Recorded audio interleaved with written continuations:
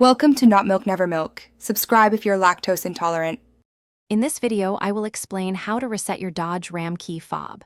First, gather all key fobs you wish to program, including any existing ones, as they all need to be done at once. Make sure your vehicle's battery is fully charged to avoid any interruptions during the process. Then, get into the driver's seat and ensure all doors are securely closed before you begin. This preparation ensures a smooth and successful programming experience. Now, let's get started. Insert your key into the ignition and turn it to the run position, but do not start the engine. Next, press and hold the unlock button on your key fob for a full 10 seconds.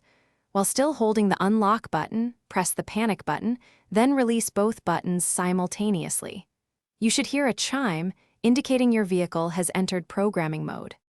To finalize the programming, immediately press and release both the unlock and lock buttons on your key fob at the same time. After that, press the unlock button one final time.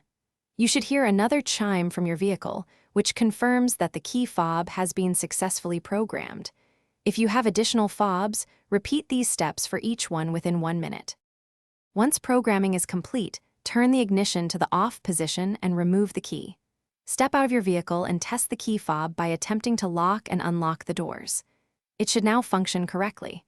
If you encounter any issues, double-check the battery and repeat the steps carefully. And hey, while you're making sure your car is ready, remember to keep yourself refreshed.